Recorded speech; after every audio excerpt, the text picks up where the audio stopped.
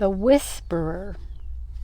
On Friday afternoons, Miss Weathervane read to the fourth grade class. She usually read for about half an hour, but if the story was very interesting and the children were quiet and well behaved, she often read longer. This Friday she was reading from a book of Japanese folk tales, a story called The Man Who Bought a Dream. As she was reading, came from the far corner of the schoolroom. Miss Weathervane stopped reading. She said, "When Evelyn Rover and Mary Crackle stop whispering, I shall continue." But Evelyn and Mary were so busy whispering they didn't hear her. Their desks were opposite each other, and by leaning across the aisle, they could put their heads together and whisper and giggle very conveniently. They were whispering about Evelyn's birthday party, which was next Saturday, and how Evelyn's mother had told her to invite every little girl in her class. But she just wouldn't ask that awful old Cornelia Whitehouse, who lived in a trailer and got her clothes from the St. Vincent de Paul rummage sale. They hissed and giggled while the class waited impatiently for Miss Weathervane to go on with the story. Finally, Miss Weathervane put her pencil in the book to hold the place, stood up, rapped on the desk with her ruler, and said in a loud, clear voice, "Evelyn Rover and Mary Crackle, come to the front of the room at once." The two little girls jumped guiltily, then stood up and walked up to Miss Weathervane's desk.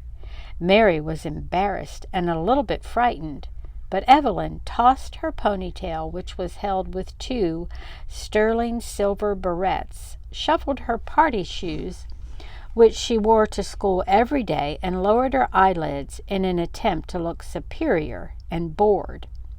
Mary, who was her very best friend and admired everything she did, wished she could be like Evelyn and not be scared of her teacher and look haughty like a princess. Miss Weathervane said, "I'm sure the class would appreciate it if you girls would tell us all what is so important that it can't wait until after story time." Mary blushed and hung her head. Evelyn said boldly, "I'd like to tell you, Miss Weathervane, I really would, but I promised my mamma I wouldn't because it's about my birthday party, and everybody isn't invited." She turned around and looked meaningly at poor little Cornelia Whitehouse, then at Mary, who simpered. Miss Weathervane said sharply, "As long as the party is not school business, I would prefer that you did not discuss it during school hours, especially when I am reading. Also, I would like to have you both stay after school and write a report on the stories we have read this afternoon. Now take your seats." Mary slunk to the back of the room and sat down. She didn't look at any of her classmates, but Evelyn looked triumphantly around the room, then slowly sauntered back to her seat. Her ponytail switched impudently behind her. After she had sat down, she banged open her desk and made as much noise as she could, getting out a pencil and some paper for her book report. Mary watched her admiringly and giggled behind her hand. Miss Weathervane sighed. She opened up the book and went on with the story. She looked up at the class. They were all smiling happily, especially Cornelia Whitehouse, whose pale cheeks were flushed and her eyes shining with joy. "You enjoyed the story, didn't you, Cornelia?" asked Miss Weathervane gently. "Oh, yes," said Cornelia, sighing. "It was just wonderful." From the back of the room came the squeaky twitter of giggles, followed by the snake-like hiss of whispering. Mary and Evelyn had their heads together again, their hands cupped by the mouths, their eyes on Cornelia. Miss Weathervane said sharply, "Class dismissed, all except Mary and Evelyn." When Mary and Evelyn finally finished their reports and brought them up to the teacher's desk, Miss Weathervane said, "Have you girls ever thought how you would feel if you had no father and no pretty clothes?" especially if two of your classmates whose fathers had fine positions whispered about you and giggled and didn't invite you to their birthday parties.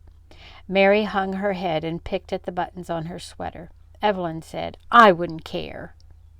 "But you would," Miss Weathervane said. "You'd care more than anyone in this class because you are a vain little girl and clothes are very important to you." "My mama says I have natural style," Evelyn said. "She says I'm going to be a fashion model when I grow up." Mary said, "Me too." Evelyn laughed condescendingly. "Oh, Mary, don't be silly," she said. "You couldn't be a model. You're too fat." Miss Weathervane said, "Some day you will learn, Evelyn, that a kind heart and humility are more important to beauty than a natural style. Now run along, both of you. I have papers to correct." All the way home from school, Evelyn and Mary giggled and whispered about Cornelia and her raggy old clothes, Miss Weathervane and how mad they had made her, the party, boys, and how Karen Elroyd always wanted to play post office. Wasn't that awful? When they got to Mary's house, which was next door to Evelyn's, a big black cloud slid suddenly over the sun, and large drops of rain began to splat onto the sidewalks. "Ooh-wee," they squealed and pulled their school coats up over their heads. Mary's mother, who was on her knees by the fence weeding her perennial bed, called out, "Hi, girls, how was school?" "Oh, it was okay," Mary said. Then, cupping her hand in front of her mouth, she whispered to Evelyn, "Don't tell her about staying after school." "I won't," whispered Evelyn. "Whispering's rude," remarked Mary's mother conversationally from behind a clump of phlox. "Golly, your mama sounds mad," whispered Evelyn behind her hand to Mary. "Oh, she's not mad," whispered back Mary. "She just doesn't like whispering." "Psst, psst, psst, psst," said Mary's mother, wiping her hands on her blue jeans. "You sound like a couple of old snakes. Maybe I'd better go downtown and buy some snake food and throw away that fresh chocolate cake I have for you in the kitchen." "Chocolate cake!" shrieked the little girls. "Goody, that's neat." They ran into the house and slammed the back door. Mrs. Crackle went on weeding in spite of the raindrops, which were coming down faster and faster. By the time she had finished the perennial bed, her hair was soaked. Rain was running into her eyes. But Mary's mother smiled happily. It was a warm spring rain and would be wonderful for the garden. She put the hoe on top of the weeds and trowel in the wheelbarrow and was just going to push it into the garage when she noticed a forlorn little figure leaning on the gate. She said, "Hello there. Are you one of Mary's little friends?" Cornelia Whitehouse, for that was who it was, said, "Well, I'm in Mary's room at school. My, you have a pretty yard. I just love gardens. We live in a trailer and can't have one." Mary's mother said, "Then your daddy must work in the big factory." "Not my daddy. He's dead," the little girl said. "My mom works there. One of the ladies at the plant who works with Mom owns the trailer and lets us live there." "Oh, my goodness, what's the matter with me?" said Mary's mother. "Here we are standing out in the rain and getting all wet. Let's go in the house. Mary and her little friend Evelyn are in the kitchen eating chocolate cake I just baked." She walked over and pushed open the gate, but the little girl hung back. "Hurry," said Mary's mother, pushing the gate open wider. A big gust of wind came whooshing around the house, and the rain came down even faster.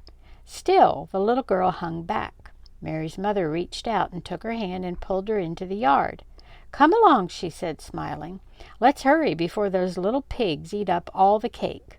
Pulling Cornelia along with her, she ran up the path, onto the back porch and into the kitchen. "Look," she said to Mary and Evelyn, who were sitting at the kitchen table eating large wedges of chocolate cake. "I've brought a little friend for you." "Where'd you find her?" Mary asked ungraciously. "She came sailing in on a big gust of wind," her mother said. Mary and Evelyn gave each other sly looks, put their heads together, and began to whisper. Mrs. Crackle said sharply, "Mary, where are your manners? Introduce your little friend and invite her to have some cake." Mary looked at Evelyn, who cupped her hand over her mouth, leaned over, and whispered something in Mary's ear. Mary giggled. Evelyn giggled. Cornelia flushed. Mrs. Crackle said, "Mary Crackle, stop that whispering this instant. It is rude and unkind, and I won't have it. Now, Mary, stand up and greet your little friend and introduce her." Slowly, sulkily, Mary stood up and said, "Mother, I'd like you to meet Cornelia, Ragbag," said Evelyn in a loud whisper. Both girls burst into giggles. Mrs. Crackle said, "Mary, go up to your room and stay there. Evelyn, you may go home. Cornelia, let's you and me have a cup of tea and a piece of cake." "Oh, that's all right," said Cornelia in a very low voice. "I better go." "You'll do no such thing," said Mrs. Crackle. "Hurry up, Mary. Go up to your room. Here's your coat, Evelyn. Now scat." Mary said, "But Evelyn hasn't finished her cake. I think it's rude to send her home before she finishes." "I'll handle the manners in this family," said her mother. "Now you march." Mary went sulkily out of the kitchen, and Evelyn slammed the door hard as she went out. Mrs. Crackle cut 2 hunks of the fresh, gooey chocolate cake, poured boiling water in the teapot, and then she and Cornelia sat down. As they ate, she asked Cornelia about school and her trailer house, and if she had any little girls to play with, which she hadn't, and Cornelia asked her about flowers and how to grow them and how long it took for them to bloom. They were just finishing their tea party when there was a knock at the back door, and it was Evelyn, who said that her mother had sent her over to apologize, which she did very ungraciously, and then she said, "Cornelia, Mama says I have to invite you to my birthday party. It is a week from tomorrow at 12 o'clock. "Oh, thank you," said Cornelia, smiling. "Thank you, Evelyn, ever so much for asking me." Evelyn did not smile back. She opened the back door, started out, then turned and said, "Try and wear a clean dress if you have one." She slammed the door and was gone. Cornelia's face turned very red, and 2 big tears splashed down onto the crumbs on her plate. Mary's mother said, "It's sometimes very hard for me to remember what a nice little girl Evelyn used to be. Now, I've got an idea about the party. I think it is a pretty good one, but if you don't like it, you just say so. This is it. We both like gardening, and I have a big garden and need help with the weeding and transplanting, so why don't you come here after school every day and help me in the garden, and for payment, I'll get you a new dress to wear to Evelyn's party." Cornelia said, "Oh, boy, I'll come tomorrow right after school. I'll run all the way." "That won't be necessary," Mary's mother said, laughing, "but you had better bring along some old jeans and shoes. Weeding is pretty dirty work. Now, as soon as I put these dishes in the sink, I'll drive you home." Cornelia said, "I'll clear up the dishes, Mrs. Crackle. I'd like to." She jumped to her feet and began carrying the plates and cups to the sink. Mary's mother said, "Thank you very much, Cornelia. I'd appreciate that. I'll just run up and get out of my gardening clothes, then I'll drive you home." After she had changed her clothes, Mrs. Crackle went into Mary's room and asked Mary, who was sitting glumly by the window looking out at the rain, if she wouldn't like to go with her when she drove Cornelia home. Mary said, "Can Evelyn come too?" "No, she can't," said Mrs. Crackle crisply. "She was very rude to Cornelia this afternoon, and anyway, I can't bear her silly giggling and whispering." Mary said, "Evelyn Rover is my very, very best friend in all the world, and I love everything about her, and if you don't want her along, then I don't want to go. What did Cornelia have to come over here for, anyway? Nobody likes her." Mrs. Crackle said, "She is lonely. Her mother works, and when she comes home from school, she comes home to a little empty trailer in a shabby, miserable little trailer park. How would you like to live like that?" "I wouldn't," Mary said. "I think it's awful, and I'm sorry for her, and I'm ashamed I said anything about her clothes." "Of course you are," Mary's mother said, putting her arm around her. "Now run in and wash your face and hurry, because it's getting late and I have to go to the store." When they got downstairs, Cornelia had finished the dishes and was rinsing out the dog's water dish. Mrs. Crackle thanked her, and Mary said, "Gosh, everything looks neat, Cornelia. I wish you'd come over every afternoon." "She's going to for a while," said Mrs. Crackle. "She's going to help me in the garden." Mary looked surprised, but before she could say anything, Robbie and Billy, her two little brothers, came crashing in the back door. Robbie was carrying a baby robin and Billy a part of an old nest. Robbie said, "Mom, look at the poor little robin. We found him lying on the sidewalk right in front of Armstrong's, and I bet their old cat knocked him down." Billy said his poor little old nest was lying right beside him, and there was an eggshell in it. "Do you think if we fixed the nest up and put it in our room, he'd stay in it?" "I'm sure I don't know," said Mrs. Crackle. "Let me see the bird." Gently she took the baby bird from Robbie and put him down on the kitchen table.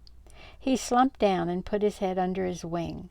Mrs. Crackle said, "I wonder what's the matter. Frankly, I don't know much about baby birds." "I do," said Cornelia. "I had a baby robin last year. I think this little bird's hungry. You boys go out and dig him some angleworms, and I'll fix him a box, just the way I did for my bird." "Where do you find angleworms?" Robbie asked. "In the compost pile out by the garage. There are lots of angleworms out there," said Mrs. Crackle. "How do you feed birds?" Mary asked. "As soon as the boys get the worms, I'll show you," Cornelia said. "But first we have to fix a box. We need an old shoebox and some cotton." Mrs. Crackle said, "There's a shoebox on the shelf of my closet, and a roll of cotton in the top drawer of the linen closet. Mary, you run up and get them." Mary put her hand over her mouth and whispered to Cornelia, "Come on up with me and I'll show you my charm bracelet. I have a little silver telephone with a receiver that really comes off the hook."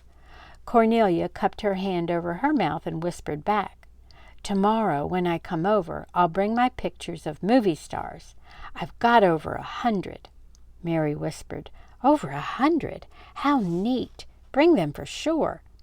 "Psst, psst, psst, psst," said Mrs. Crackle. "Here come the boys, and you haven't fixed the nest." Mary and Cornelia ran upstairs, and Cornelia had the box fixed in just a jiffy.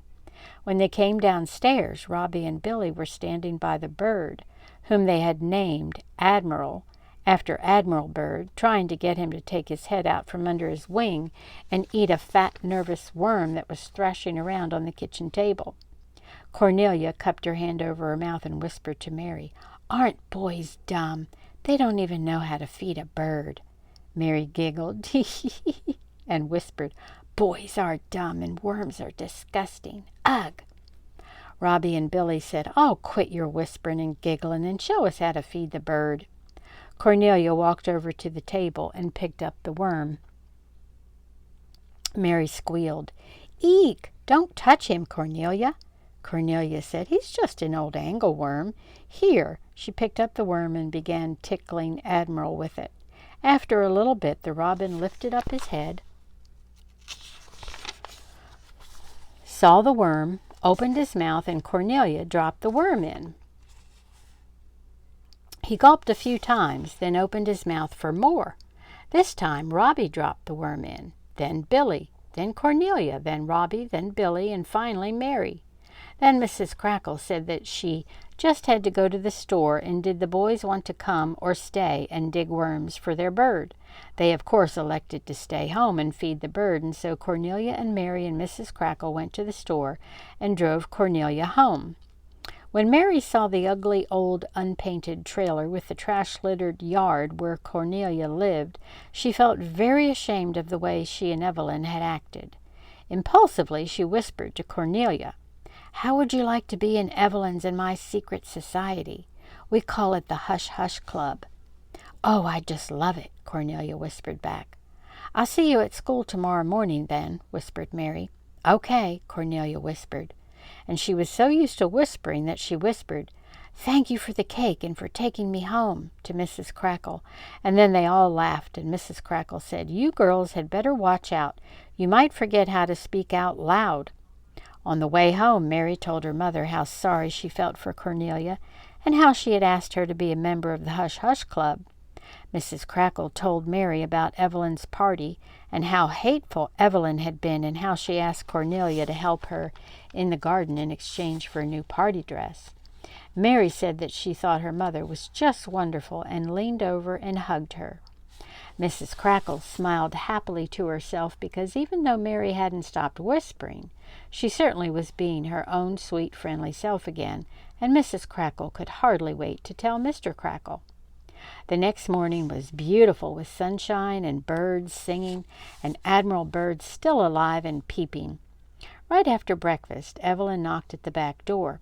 She was wearing a new green dress with a huge full skirt, new green slippers, a new green sweater, and she had a green ribbon tied around her ponytail. Mary said, "Oh, Evelyn, you look adorable, just adorable." Evelyn blinked her eyes and said, "Oh, I don't think so." Mary's mother said, "Don't forget your spelling book, Mary, and remember you're going to walk home with Cornelia tonight." Evelyn said, "Cornelia? That ragbag? How come?" Mary cupped her hand around her mouth and whispered, "I feel awfully sorry for her. She lives in a dumpy old trailer, and she's going to help Mother in the garden." Evelyn cupped her hand around her mouth and whispered, "I don't feel sorry for her. I think she's goopy. Her clothes are dirty. I'm just furious Mama made me ask her to my party." Mr. Crackle said crossly, "Psst, psst, psst, psst, the two little town gossips." Mary said, "Oh, Daddy, come on, Evelyn, we have to hurry." She whispered to her again, "Psst, psst, psst, psst." "Oh, go on to school," said Mrs. Crackle crossly. "I'm sick to death of your whispering and giggling." After the little girls had gone, she poured Mr. Crackle and herself another cup of coffee. As he stirred sugar into his cup, Mr. Crackle said, "Something has to be done about those two dreadful little females." "But what?" asked Mrs. Crackle. "What would you suggest?" "I guess we'd better call, you know who." "Mrs. Piggle-Wiggle," said Mr. Crackle. "I guess we'd better," said Mrs. Crackle, "and right now." But of course she didn't get to call Mrs. Piggle-Wiggle right now because Robbie and Billy had to leave for school while Admiral was still hungry, so Mrs. Crackle spent the entire morning digging in her compost pile for angleworms. By the time she finally got Admiral filled up, she was so tired she had to sit down and have a cup of coffee. Then she had to wash the breakfast dishes and make the beds and dust the living room. She was just finishing when Mrs. Rover knocked at the door and, to Mrs. Crackle's surprise, said, "Elizabeth, I'm worried to death about Evelyn. She's gotten so mean lately. She whispers and gossips all the time, and I was just shocked when she told me she hadn't invited that poor little Cornelia to her party. She never speaks in a normal tone of voice anymore. It's pss, pss, pss, from morning till night. Carter and I are nearly frantic." Mrs. Crackle said, "It's just as bad over here, if that is any comfort to you. In fact, Cantilever calls Evelyn and Mary the town gossips." Cantilever. That's the husband's first name. "He wants me to telephone Mrs. Piggle-Wiggle. I was just about to when you called." "You mean that funny little woman who lives down on Vine Maple?" "Yes, that's Mrs. Piggle-Wiggle, and she knows more about children than anybody in town, and she has all sorts of magic cures for their bad habits." "Well, for heaven's sake, let's call her right away," said Evelyn's mother. "Maybe she can tell us how to get rid of Mary and Evelyn's meanness before the party. If she can't, I do declare I don't think I'll have the party."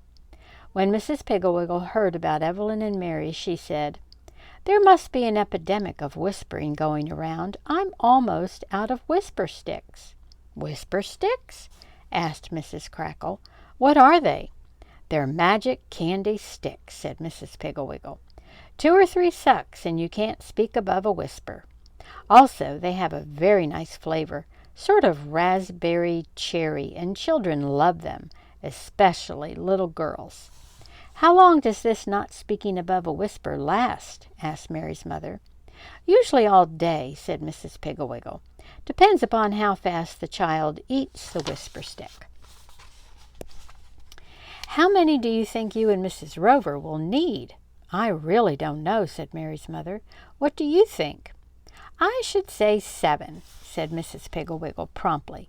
3 each for Evelyn and Mary, and 1 for Cornelia. But Cornelia doesn't need any, exclaimed Mrs. Crackle.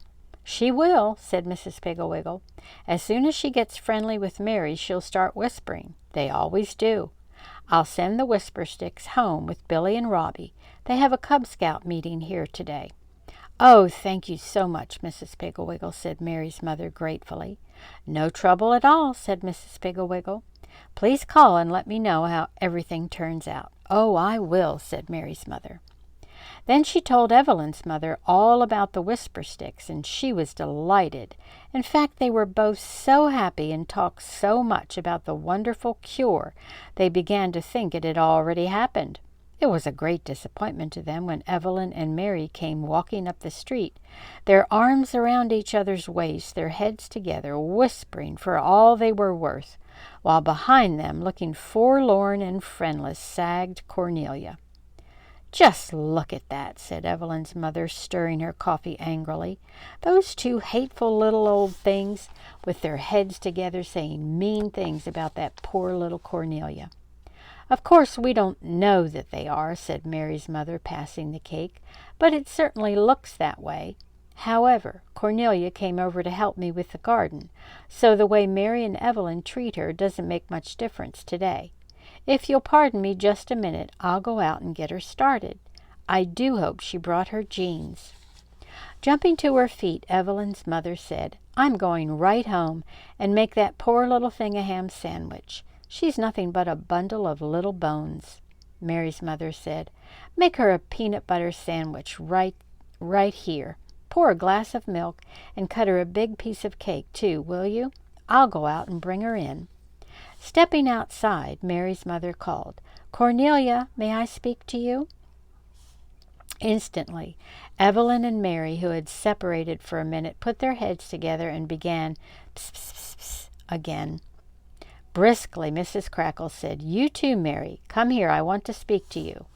Cornelia came running, but Mary and Evelyn parted slowly like 2 sticky caramels being pulled apart, gave each other long, meaningful looks, then doubled up in giggles. When Mary finally started up the back steps, Mrs. Crackle couldn't help giving her a hard little spank. Hey, that hurt, Mary said, looking surprised. I meant it to, said Mrs. Crackle. It's to remind you that you and Evelyn were rude and hateful just now. Go upstairs and change your clothes, and lend Cornelia a T-shirt. She forgot to bring one. Cornelia had forgotten a T-shirt, but she hadn't forgotten her scrapbook of movie stars. She and Mary whispered and giggled over it upstairs while they were changing their clothes, and downstairs while they were eating their sandwiches and cake.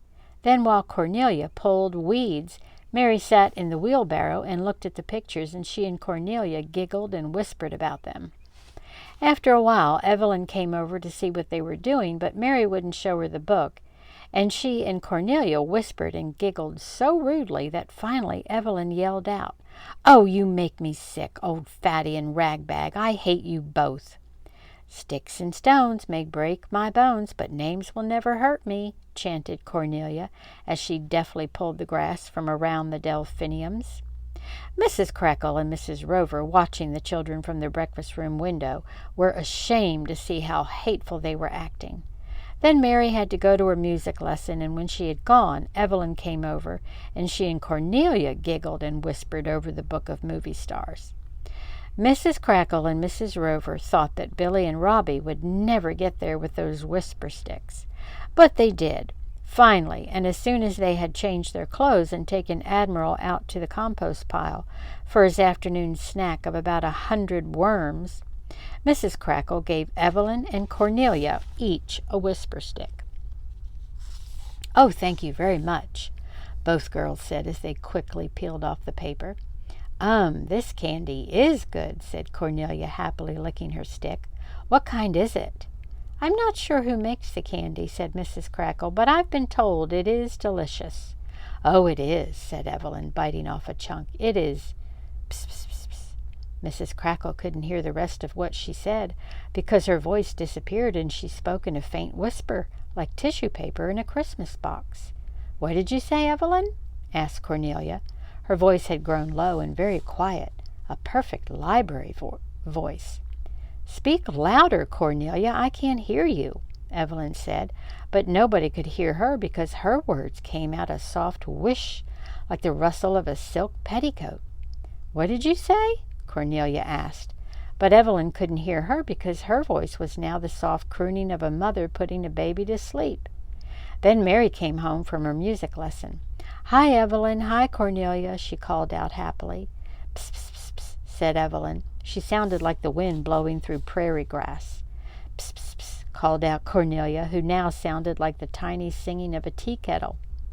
"If you kids are going to whisper about me, I'm going in the house," Mary said angrily. Mrs. Crackle said, "How about a stick of candy?" "I'd love one," said Mary. "I'm starving."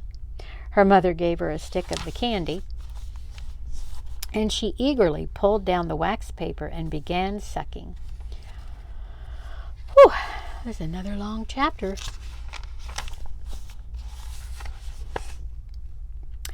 After about 3 sucks, she turned to her mother and said, "Miss Prince says that I can have 2 new pieces next time."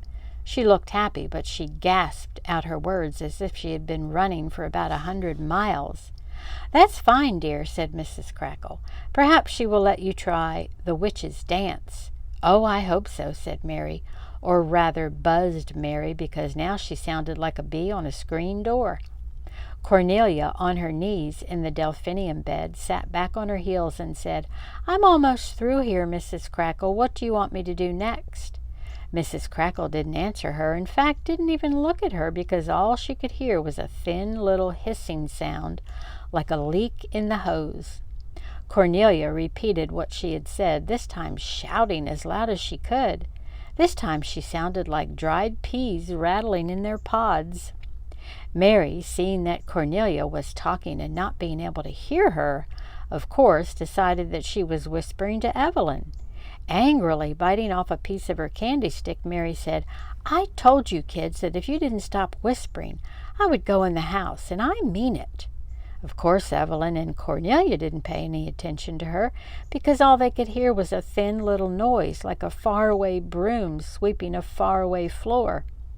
Evelyn said, "As soon as Cornelia finishes her gardening, let's go over to my house and make caramel apples. Mama lets me make them any time I want." She waited for excited squeals, but Cornelia, who was gazing up at Mrs. Crackle, waiting for instructions, didn't even turn her head. Mary, who was stamping angrily toward the house, didn't turn around, and Mrs. Crackle, who was grown up and should have had good manners, walked into the house behind Mary. Of course nobody heard her, for who can hear a spring breeze riffling through the apple blossoms? Evelyn flounced out of the wheelbarrow, slammed down Cornelia's movie star book, stamped out of the yard, and slammed the gate. Then she called back, "I hate you all. You are all rude and horrible and mean, and if you come to my birthday party, I'll stamp on your presents and slam the door in your faces." Cornelia, who hadn't seen Evelyn go and had gone back to her weeding, looked up, and seeing nobody, said to herself, "That's funny. I heard a little noise like somebody brushing sugar off a shelf. But there is nobody around, so it must have been the trees." She took another suck of her candy stick, wrapped it up, and put it in her pocket, and went on with her weeding. In a few minutes, Mary came out and sat down in the wheelbarrow. She said, "I thought you were my friend. How come you were whispering to Evelyn?" Cornelia said, "You're whispering too softly. I can't hear you." Mary said, "I can see your lips move, but no words come out. What's the matter?" "What did you say?" Cornelia asked. "I said, I can see your lips move, but no words come out. What's the matter?" Mary shouted. Cornelia said, "Why do you whisper? Nobody is around to hear us." "I'm not whispering," Mary screamed. "Stop whispering," Cornelia said. "I can't hear you," Mary yelled. "Talk louder." "I'm talking as loud as I can. In fact, I'm screaming," screamed Cornelia. Then, because Cornelia had put her candy away while she was weeding and hadn't had a lick for quite a while, her voice began to come back a tiny bit. In fact, Mary could make out, "I'm screaming." She said angrily, "You are not screaming. You're whispering as softly as you can. I think you're mean. I got you into the hush-hush club, and now you're whispering about me." As far as Cornelia was concerned, all that was coming out of Mary's mouth were faint little gasping breaths. She had no idea what she was saying or trying to say. In fact, she thought Mary was teasing her and pretending to talk the way the members of the hush-hush club did to non-members. Furiously, she said, "Okay then, be mean. I don't care. Anyway, I'm going in the house to talk to your mother." She got up and ran into the house. Then Evelyn, who had been sitting on her front steps, sulking and licking her whisper stick, saw Mary alone and called out, "Hey, Mary, come on over. I'm going to make caramel apples." Or caramel apples, whichever way you prefer to say it. Of course, Mary couldn't hear her any more than she could hear the leaves rubbing against each other in the chestnut tree at the end of the block. But Evelyn, who had no idea that she was whispering because her voice sounded perfectly normal to her ears, thought Mary didn't answer because she was mad at her. She began to cry. Her tears made big wet marks on her new green dress and new green slippers. She didn't care. She was lonely and unhappy. So was Mary, who was still standing by the wheelbarrow. Then Corinthian Bop, the most popular boy in their room, came wheeling around the corner on his bicycle. Evelyn quickly wiped away her tears, straightened out her skirt, and called out, "Hi, Corey." Corinthian looked at her, but as he couldn't hear anything, he rode right on by, muttering, "Stuck-up old thing." Then he saw Mary. She smiled and said, "Hi, Corey, want to see our baby bird?" Naturally, he couldn't hear her, but as she had smiled, he stopped, got off his bike, leaned it against the fence, and sauntered into the yard. "What you doing?" he asked Mary. "Oh, nothing," she said, but as he couldn't hear her, he said louder, "I said, what you doing?" Mary said, "Want to see our baby Robin? His name's Admiral Bird, and he's adorable, but he eats worms. Ugh." Corinthian said, "What are you whispering for? Your silly old girlfriends aren't around." Mary said, "I'm not whispering. I'm talking in a perfectly normal tone of voice." Turning and walking out of the yard, Corinthian said, "Oh, you make me sick." "I don't know what's the matter with you," Mary said. "I'm not whispering. I'm not." "Don't talk if you don't want to," Corinthian said as he got on his bike. "You don't have anything to say anyway." He rode away. Mary began to cry. Cornelia came out of the house and began weeding the flower bed by the porch. Mary walked over to her and said, "What's the matter with me? Nobody can hear what I say." Then she had an idea. She rushed into the house and got a pencil and a pad of paper. On it she wrote, "Something is the matter with my throat. Nobody can hear what I say. Call the doctor."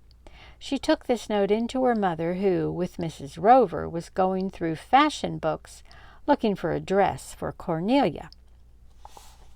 Mrs. Crackle read the note and said, "There's nothing wrong with your throat, Mary. It is just that you have been whispering so much lately. Your vocal cords have decided that you didn't like them and have taken a little vacation." "But when will they be back?" wrote Mary. "When you stop whispering," said her mother.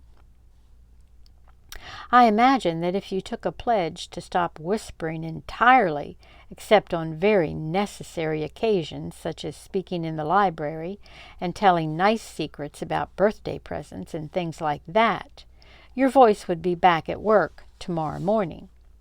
"What about Cornelia and Evelyn?" wrote Mary. "They whisper all the time." "They are suffering from the same disease you are," said Mrs. Crackle. "Now I'll tell you what to do. You go and tell, or rather write down, what I have said and show it to Cornelia and Evelyn. Then you write out a pledge giving a solemn oath that you promise never to gossip and to whisper except when absolutely necessary." "But, Mother," Mary scribbled excitedly, "how can we have the Hush-Hush Club if we don't whisper?" That was the main purpose of the club. Everything was secret. "Then I think it is high time it was broken up," said her mother. I don't approve of little whispering secret groups. Perhaps you can think of a better kind of club to organize." "What about a picnic club?" asked Evelyn's mother. "You could go on picnics every Saturday, and we mothers would provide the lunches." "That would be fun," said Mrs. Crackle, "and on rainy days you could write plays and act in them." Mary thought for a minute or two, then wrote, "I'll have to see what the other members think." Her mother said, "Well, write a note to the two that are here now and tell them to come in here. I want to talk to them. And," she added, winking at Mrs. Rover, "I wouldn't eat any more of that candy stick if I were you. Candy is very, very hard on tired vocal cords. Tell the other girls that, too." After Mary had gone out to get Evelyn and Cornelia, Mrs. Rover said to Mrs. Crackle, "You know, Elizabeth, I do believe that those children have learned a lesson. I don't think we're going to have to use the rest of those whisper sticks. You'd better send them back to Mrs. Pigglewiggle." "Better yet, I'm going to give them to Miss Weathervane," said Mary's mother. "She told me that the whispering during Friday's story time had gotten so bad she had almost decided to give up reading to the children altogether. I'm going to tell her to break the whisper sticks up into little pieces and give each whisperer one before the reading starts." "What a wonderful idea," said Mrs. Rover. "And you know what, Elizabeth? I'm going to take one whisper stick and keep it on hand, just in case any whispering breaks out at the party. Oh, that party is going to be a big success now. I can hardly wait. But don't you really think that pink would be better for Cornelia? She is so pale." "Whatever you say," said Mary's mother. "You're the one who knows about fashion. Now I had better call Mrs. Pigglewiggle and thank her." The end. Until next time.